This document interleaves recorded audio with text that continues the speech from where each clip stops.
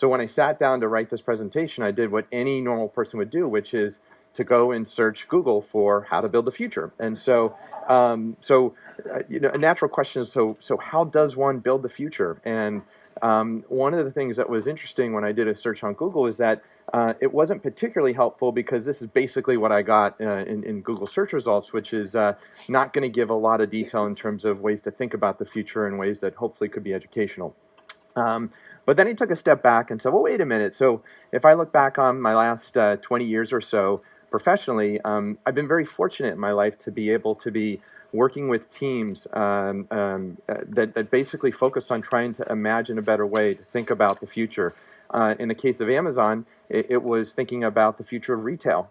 And in the case of Hulu, it was about thinking about the future of television. And so that's really what we were trying to do at both of those companies, and those teams continue to do that at both Amazon and Hulu, respectively. And so what was interesting is that as I was contemplating this and thinking quite a bit about it, I actually came up with an interesting framework for how we thought about building the future, and I thought I'd share it with you here today. And so I'll distill it to something that's very, very simple, which is how to build the future in 4 easy steps. And what I'll do is I'll go through each of these steps with you, in addition to also sharing stories in the case of building Hulu and how we thought about building the future of television. And hopefully between sharing that framework and sharing what we did at Hulu, it can help you to understand how we thought about building the future. So let's get right into it. So building the future in 4 easy steps. I'll cover these quickly, and then I'll go into each of them in detail. So the first, go back to kindergarten.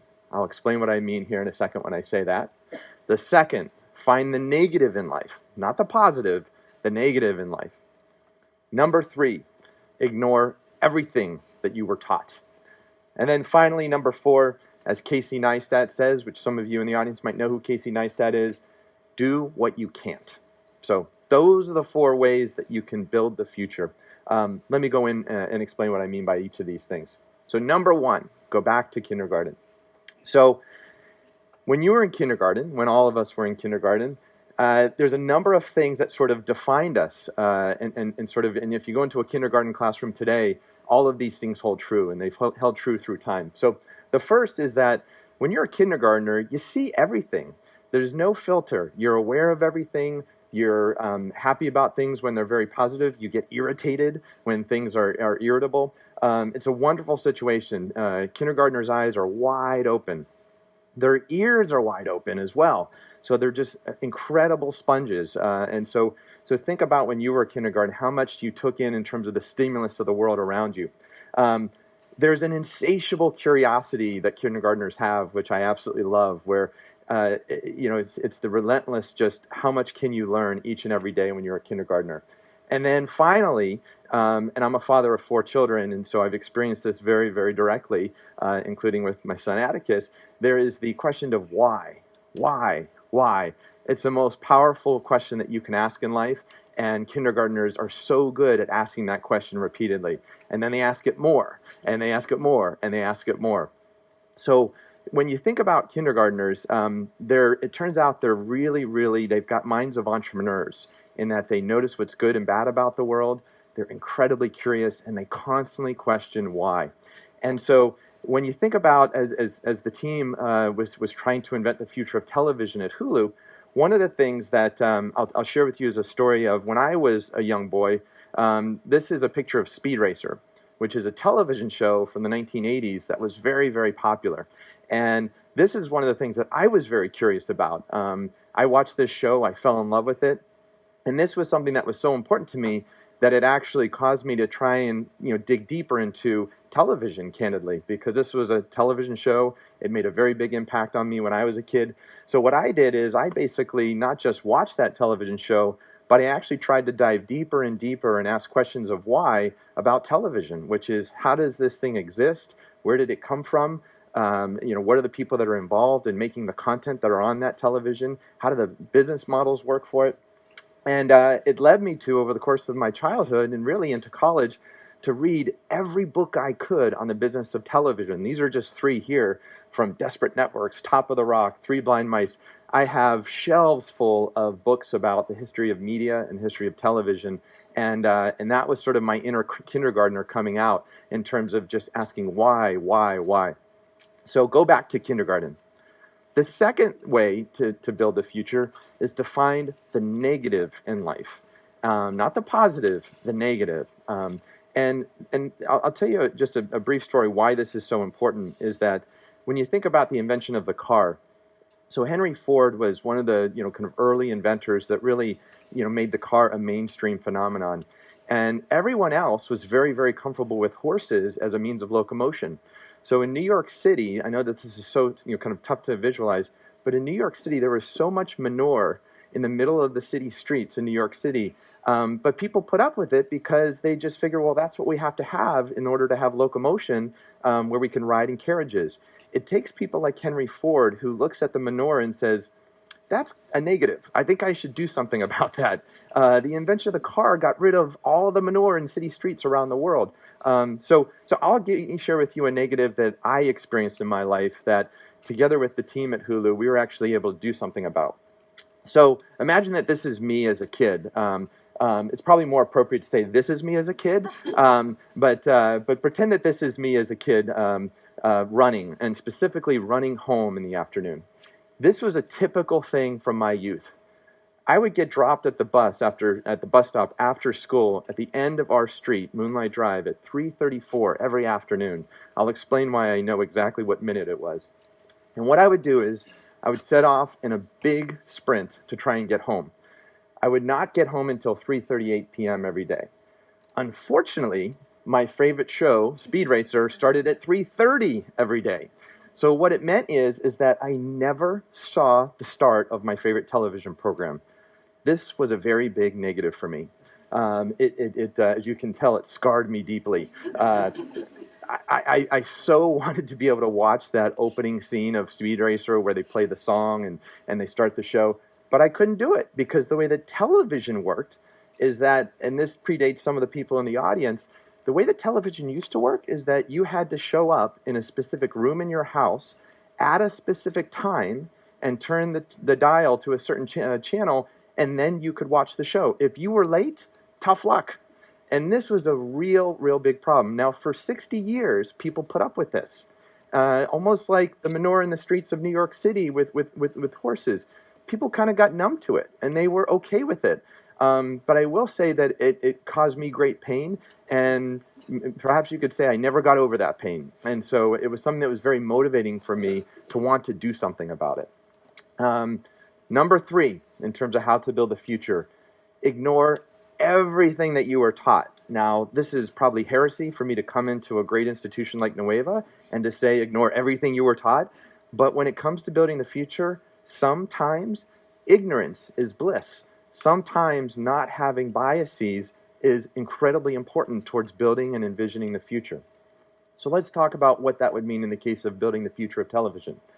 So a typical television executive, if tasked with trying to solve the problem of Speed Racer, starting at 3:30 and me getting home at 3:38, their answer in terms of what a incredibly tenured television executive would do, well, they'd probably come up with, I got a great idea. Let's launch a 24-hour Speed Racer channel where every half hour we will play another episode of Speed Racer. And believe it or not, that's what television executives did in the 90s and after 2000, where they would run things repeatedly, oftentimes music videos, so that basically if you missed the music video that played at 3:30, don't worry, it'll play again at 4:15. That was the way somebody who had decades of experience in television would solve the Speed Racer problem. However, it turns out that if you're a little, blissfully ignorant, that there's another way to think about solving this problem. And so, I don't know, wouldn't it be cool if we could figure out how to actually let people watch any episode of Speed Racer whenever they want? And that's what the team at Hulu and myself did, building on the shoulders of people that came before us at places like ABC.com and other great work that have been done to date, where we wanted to leverage the internet, this new technology, which had really never been used in any substantive way for premium movies and television before. And we thought that would be a better way. People thought we were crazy. People thought it would never work, of course. But sometimes it's very helpful to forget everything that you've been taught. So, again, if you take a look at the television executive, hey, I got a great idea, a 24-hour Speed Racer channel. And the other guy, how about on demand, dude? That seems like it might work. And so, again, one is not trapped by the biases that the one on the left is. And every so often, it actually works really, really well to not come at a problem with a lot of history and a lot of bias. So, number 4, and this is the fourth of 4 lessons in terms of how to build a future.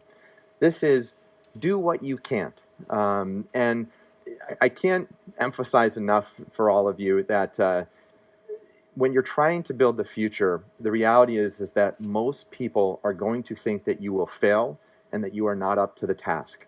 And that's a very natural thing. And I think it's very, very important not to be intimidated by that feeling. It's the way the world works. If this was easy, it would have been invented already. And the fact that it hasn't been invented yet means that it's very, very hard and difficult.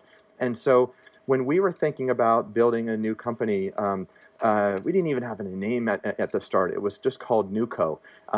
And what was interesting is that the world, including some of the smartest people out there, assumed that we were going to fail.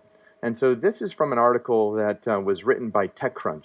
There was a gentleman named Michael Arrington who back in 2007 was probably the most influential voice in technology. He wrote a blog called TechCrunch. That blog still exists to this day. And back in 2007, TechCrunch was pretty much the Bible of the internet, and specifically Silicon Valley. And Michael Arrington wrote many, many articles about what was to become Hulu, and basically described it as a venture that never had a chance to succeed. This is a direct quote from one of his articles before we launched the service. They, the Hulu team, are in over their head. There was even a graphic that a very prominent blogger named Om Malik had created called the Hulu Death Watch. And every day he would basically put another day until this company was going to crash and fail.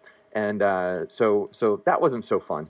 But it's to be expected. And by the way, I don't in any way fault Michael or Om for their points of view, because something would have been wrong if they didn't have that point of view. Because it turns out that when you're trying to do something that nobody else has done before, it's very natural to think that it won't work. So, but what did we do? Well, what we did as a team, and this was the crew, the evening that we launched Hulu out of private beta, we basically ignored the noise. We focused inwardly.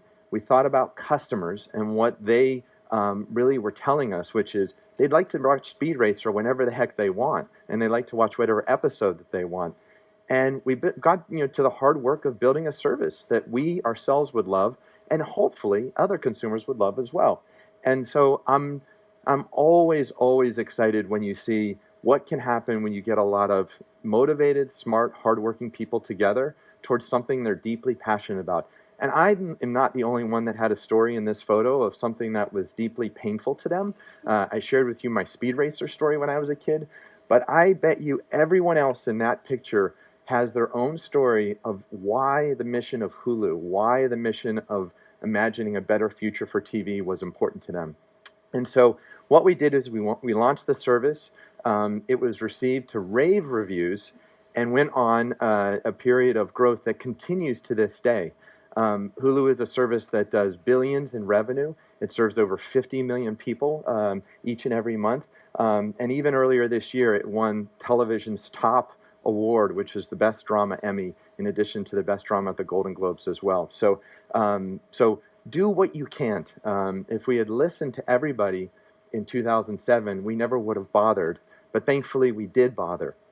So in summary, if you want to build the future, I would suggest thinking about following these 4 easy and simple steps. Number 1, go back to kindergarten. Number 2, find the negative in life, not the positive, but the negative. Number 3, ignore everything that you were taught. And then finally, as Casey Neistat says, do what you can. And before I leave you today, I'll leave with you some of the negatives in life to give you inspiration, because I believe that people in this room, and perhaps people that will watch this over the internet, might want some fodder to think about, well, let me think about the things that are broken in life. Let me think about the things that we can build a better future around. And I would argue any of these are wonderful topics to consider tackling as future entrepreneurs, which I think a lot of people in this audience are. So I want to thank you and wish you a great, great TEDx.